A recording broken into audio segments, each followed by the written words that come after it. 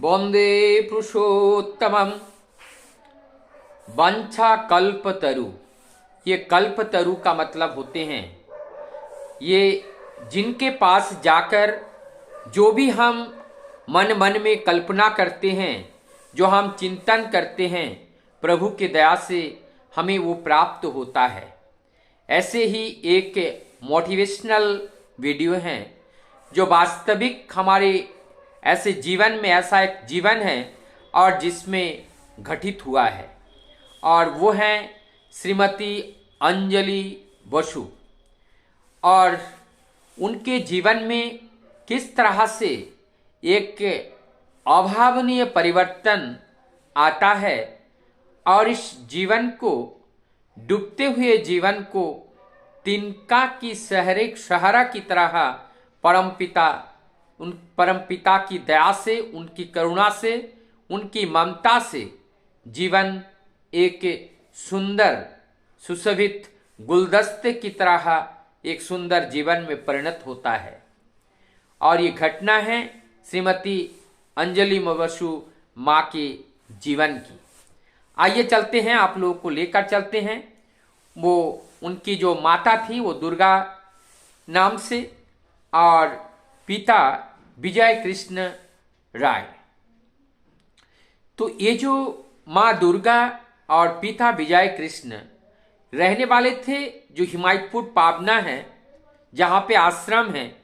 ठीक आश्रम के पीछे एक बागानबाड़ी है। बागानबाड़ी नाम का कुछ लोग वहाँ पे रहते हैं, जिस जगह का नाम है बागानबाड़ी। ठीक उस बागानबाड़ी के पास में भी हमारी परम पूजनीय कमला देवी माँ, वहाँ पे उनका घर भी वहीं पे ही थी। और जो बाद में हमारे परम पूज्यपाद श्री बरदा के साथ शादी हुई, और जिनको रागा माँ के नाम से हम लोग जानते हैं। और हमारे जो हमारे पैतृक गांव जहाँ पे थी वो हुगली में, और हुगली से हमारे माता पिता चले आते हैं इस हिमायतपुर में।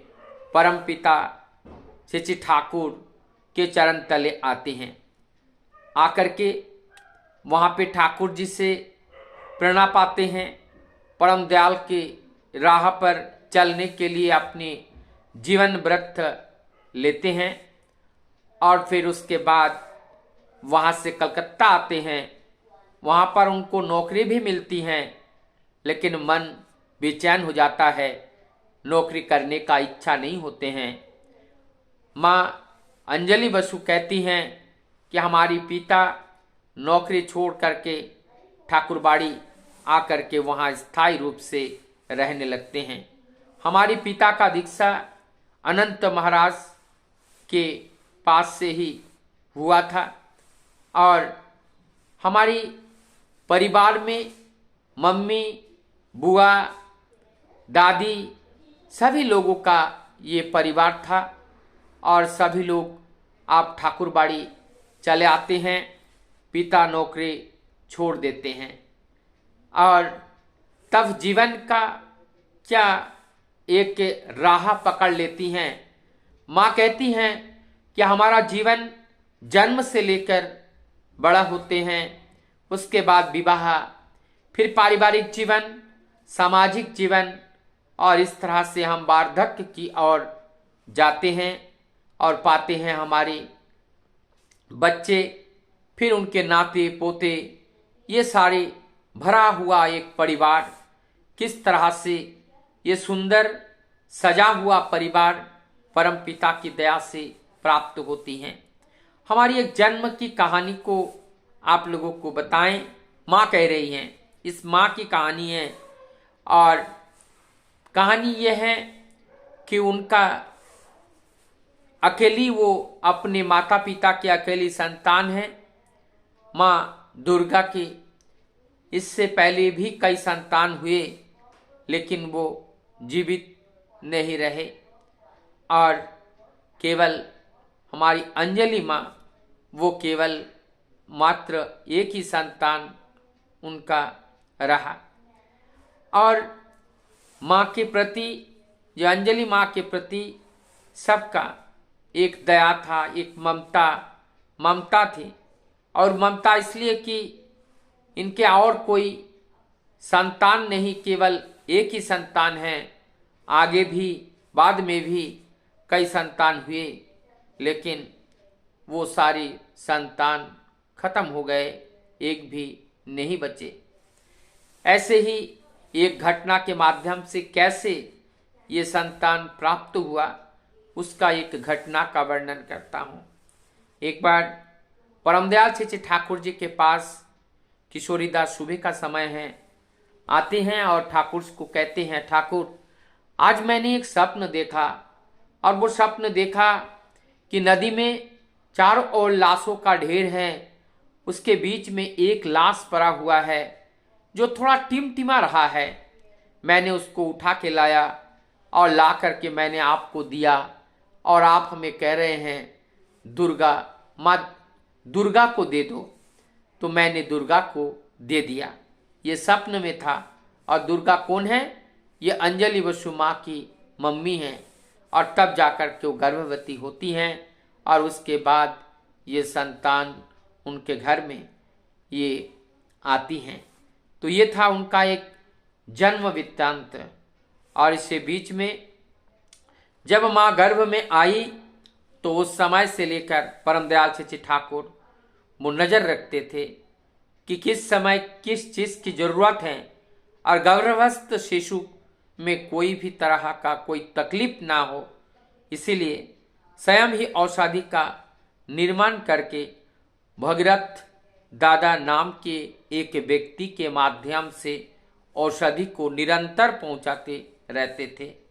और ये जो गर्भावस्था का जो पीरियड था, ये बहुत सुंदर तरीके से बीत गया।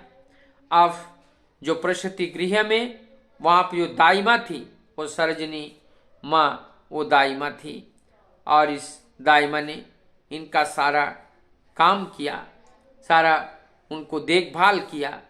ये हमारी सरोजिनी माँ सत्संग जगत में बहुत ही फेमस हैं और ये जाने जाते हैं। और क्या करते थे, जब ये बेटी हुई और केवल एक ही बेटी बचा हुआ था और सारे परलोक सिधार गए थे, तभी ये जो अंजलि बसु माँ की बुआ है, उनको गोद में बैठा करके प्रत्येक दिन किशोरी बाबा के पास जाते थे। उनका पूजा होने के बाद जो प्रसाद देते थे, वो प्रसाद उनको मिलता था। उस समय में जो नाम दीक्षा लेना, आजकल लोग कहते हैं दीक्षा लेना, तो उस समय नाम लेने की बात कहा जाता था। एक दिन जब ये अंजलि माँ बड़ी हुई, उनके मन में इच्छा हुआ कि मैं दीक्षा लूँ। तब जाकर के ठाकुर जी के पास, जब अपने माता पिता के पास कहते हैं, तब गोसाईदा के पास एक दिन बोलने के बाद उन्होंने कहा कि जाओ ठाकुर जी से आशीर्वाद ले आओ। तब जाकर के ठाकुर जी से आशीर्वाद लेती हैं, और आशीर्वाद लेने के बाद उनका आशीर्वाद होता है कि गोसाईदा के पास से, श्रुतिचंद्र गोस्वामीदा के पास से दीक्षा लेना। दीक्षा लेती हैं, अपना जीवन फिर आगे बढ़ता है। अपने समकक्ष जो लड़कियां हैं, वहाँ पे बकुल फूल खूब मिलते हैं, और उस फूल का माला बना करके ठाकुर जी के चरणों में देने के, निवेदन करने के लिए प्रत्येक दिन सुबह नहा धो के सब लोग आते थे। बहुत लोग वहाँ पे प्रत्येक दिन ठाकुर जी को माला निवेदन करते थे। ये काम था वहाँ पे इस करने का। ये घटना बताते हुए कहती हैं कि हमारा जो कान का छेदन था, उस छेदन के लिए हम बड़मा के पास गए, और बड़मा ने बारंदा में ही, जो जहाँ पे भोजन बनता था, रसोई घर के जो बारंदा है, और बरामदा में वहाँ पे हम सब लोगों का कर्ण छेदन करके दी हैं बड़मा ने। और जो घटना है, कितना पारिवारिक एक रिश्ता है, मतलब किस तरह से जो भक्त लोग थे उस समय ठाकुर परिवार के साथ किस तरह जुड़े हुए थे। और आगे कहते हैं कि मेरा जो चाचा था, और उस चाचा के साथ शिष्य बड़दा का से बहुत बड़ा संपर्क था। कभी कभी तो जो बड़दा हमारे घर पे आते थे, और जहाँ हमारे पिताजी लेटते हैं, हमारे विजय कृष्ण दादा, वहाँ पे आकर के बरदा सो जाते थे। और सोने के बाद बरदा जो है पुकारते थे बूढ़ो माँ कह करके, कि अर्थात हमारी दादी को, और दादी से कुछ पान मांग करके भी वहाँ खाते थे। तो ये सब चीज़ें हैं जो उस समय के चिंतन में आता है कि किस तरह का वो आश्रम था। आश्रम देखने में लगता था एक बहुत बड़ा परिवार है, और इस परिवार में बहुत लोग हैं, क्योंकि एक दूसरे से इतना मेल था, एक दूसरे से जुड़ा हुआ था। किसी की कोई असुविधा होने से पहले वहाँ लोग पहुँच जाते थे। और आगे बोलती हैं अंजलि बसु माँ, कहती हैं हमारी जो बुआ थी, बुआ की पढ़ाई भी वहाँ पे हुआ। वो पंचनल मास्टर के पास उन पे पढ़ने जाते थे। मेरा भी पढ़ाई वहाँ पे देवघर में पहले यहाँ पे हुई आश्रम में हिमायतपुर में, और उसके बाद तो देवघर में जा कर के भी पढ़ाई हुई। वहाँ हमने मैट्रिकुलेशन किया। उसके बाद मैंने जब निवेदन किया अब मैं क्या करूं, तब जा कर के जब हमारी मम्मी ने ठाकुर जी से निवेदन किया तो ठाकुर जी ने कहा कि इनको भोजन वोजन बनाने का काम इनको सिखा दो। तो ये कभी कभी ठाकुर जी कहते थे, जब वहाँ पे जो हमारे टीचर थे पंचनंदा और भी जो दादा, जब कभी नाराज हो जाते थे बार बार या उनको समय नहीं मिलता था, तब ठाकुर जी इस बात को सुन करके ठाकुर जी कहते थे तुम लोग का जो गणित है, जो अंग्रेजी है, मेरे पास ले आना, मैं उसको ठीक कर दूंगा। तब कभी कभी ठाकुर जी के पास जाते थे। ठाकुर जी स्वयं इन लोगों को पढ़ाते थे, और वो पढ़ने के बाद फिर जो है वो वहाँ से जाते थे। ये कितना सुंदर एक जीवन था, जैसे जो गुरुकुल का जीवन था, जो आश्रम का जीवन था। मुनि ऋषि जिस तरह से अपने छात्र को शिक्षा देते थे, आज वही व्यवस्था हम लोग परम दयाल श्री ठाकुर जी के उस व्यवस्था में भी देखे हैं, उस आश्रम में देखे हैं, उस आश्रम में ठाकुरबाड़ी में देखे हैं कि इस तरह से होता था। तो उसके बाद बोलते हैं, ठाकुर जी बोलते हैं जब इस तरह से पढ़ाई लिखाई हुआ, अब जीवन का एक दूसरा पड़ाव होता है विवाह का। किस तरह से विवाह का ये घटनाएं हुई। विवाह की घटना के लिए वहाँ पे विवाह का जो घटना था, वो घटना में भी एक बहुत बड़ी घटना के माध्यम से हुआ। वहाँ परमेश्वर दा थे, और परमेश्वर पालदा के एक बंधु थे, एक मित्र थे, और उस मित्र के साथ क्या होना था, वो शादी होना था। किसकी? या हमारी अंजलि वसुधा की। तो यहाँ पे जो दोनों पक्ष को मिलाने वाला, जो बीच में जो लिंक करने वाला जो है, वो हमारे हैं परमेश्वर पालदा। और परमेश्वर पालदा ये खबर देते हैं वहाँ लड़के के पास और लड़कियों के पास भी, और दोनों तरफ से देखा देखी शुरू हो जाते हैं। और पहले आते हैं ये जो अंजलि माँ को देखने के लिए आते हैं, उनके ससुर जी आते हैं, और ससुर जी आकर के वहाँ देखते हैं। और उस दिन ये अंजलि बसु माँ की तबीयत खराब होती है, बुखार आ जाता है, लेकिन फिर भी, और जब वो आकर के उनको देखते हैं, उनको शायद पसंद भी उतना नहीं हुआ था, लेकिन अब वो घर वापस जा रहे थे, खाना भी वहाँ नहीं खाए थे, अंजलि माँ के पिताजी के घर वहाँ खाना भी नहीं खाए। तो जब जा रहे थे, जाते जाते बीच में उन्होंने सोचा कि क्यों ना हम ठाकुर जी के पास जाएं, और ठाकुर जी के वहाँ पे थोड़ा दर्शन प्रणाम करके जाएं। ठाकुर जी के पास जाते हैं, ठाकुर जी से बातचीत होती है। फिर ठाकुर जी उनसे मांगते हैं चेरी फूल, एक चेरी फूल, बांग्ला में चेरी फूल बोलते हैं, कि चेरी फूल चाहिए। तब जा कर के उस जो दादा थे, यानी कि उनके ससुर जी होने वाले जो ससुर जी थे, उनके मन में क्या जानी आया। फिर उन्होंने कहा कि मैं जो है विजय कृष्ण दादा के घर जाऊंगा, और परमेश्वर दा आप उन खबर कर दीजिए, मैं उनके घर जाऊंगा, और ये भी मैं वादा करता हूं कि मेरी बेटा की जो शादी होगी, वो शादी जो है, वो शादी हमारे विजय कृष्ण दादा की बेटी से ही होगी। ये फाइनल उन्होंने बता दिया। वो बता देते हैं। वहाँ पे ठाकुर जी को प्रणाम करने के बाद, और ठाकुर जी को चेरी फूल बताए थे, उनसे मनमस्त हो गए। उसके बाद क्या हुआ, आगे की जो घटनाएं होती हैं, शादी की पूरी बातचीत होती हैं, शादी भी होती हैं।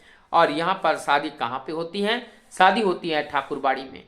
और ठाकुरबाड़ी में कहा, स्वयं जो श्री बड़मा हैं वहाँ पे हमारे सतीशता वहाँ पे आते हैं, और आकर के जो सिंदूर हैं, वो सिंदूर बड़ी माँ के पास देते हैं, और बड़ी माँ वो सिंदूर फिर देते हैं उनके जो होने वाले पति हैं उनके हाथ में, और वो उन्होंने ले करके उनको सिंदूर लगाते हैं। ये एक रस्म चलती है विवाह का, ये रस्म वहाँ पे पूरा होता है। और इसी प्रकार से पूरा होने के बाद और आती है विदा की आपकी बारी। और जो विदा के समय जो बात परमदयाल से ठाकुर जी ने उस जो अंजलि माँ को जो बताई थी, यही हम लोगों के प्रत्येक व्यक्ति के जीवन में एक सीख है। मैं उसको पहले हिंदी में बताऊंगा और उसके बाद मैं उसका पहले बंगला में, उसके बाद उसका जो मूल भाषा है बंगला है, और उसके बाद मैं उसको हिंदी में आप लोगों को बताऊंगा। बताते हैं जब प्रणाम करने के लिए आते हैं दोनों लोग, पति पत्नी जब आते हैं, तो ठाकुर जी कह रहे हैं कि आमार घरेर मेये तुमी अन्येर घरे जाच्छ, आमार मान देखो, जय ढाक बाजिए दियो। ठाकुर जी बोलते हैं आप हमारे घर के ही बेटी हो और आप दूसरे घर में आप जा रही हो, वहां जाकर के हर जगह अपने विजय पताका जरूर लहरा के आना। कितनी बड़ी उम्मीद है, कितनी बड़ी आशा है, कितनी बड़ी भरोसा है हमारी परम पिता को। ये परम पिता हमारी क्या चाहते हैं, वो चाहते हैं कि हमारे कोई भी, चाहे वो लड़का हो चाहे लड़की हो, जहां पर भी जाएं वहां पे अपने विजय पताका जरूर वहां पर के गाड़ करके आए, और तुम्हारी सेवा के माध्यम से उन लोगों के मन में एक कमी खोलने लगे कि वो व्यक्ति इतनी जरूरतमंद व्यक्ति हैं कि उनके बिना हमें जीना बहुत ही कठिन है, ऐसा भाव उनके अंदर उत्पन्न हो जाए। तो इसके लिए चाहिए परम पिता की बात को माथे पे लेकर उनको पालन करते हुए चलना, तो वास्तव में हम जयी होंगे ही होंगे। हमारे जीवन में अनंत बाधाओं के बावजूद भी हम उस बाधा को पार करके उस परम सत्य के पद पर हम जा पाएंगे। और इसीलिए उनको कल्पतरु कहा जाता है, क्योंकि उनके पास जाकर के जो हम चिंतन करते हैं, जो हम विचार करते हैं, वो सारे चीज दया परवश होकर के वो हमारे जीवन में वो देते हैं और हमारे जीवन को सरल बनाते हैं।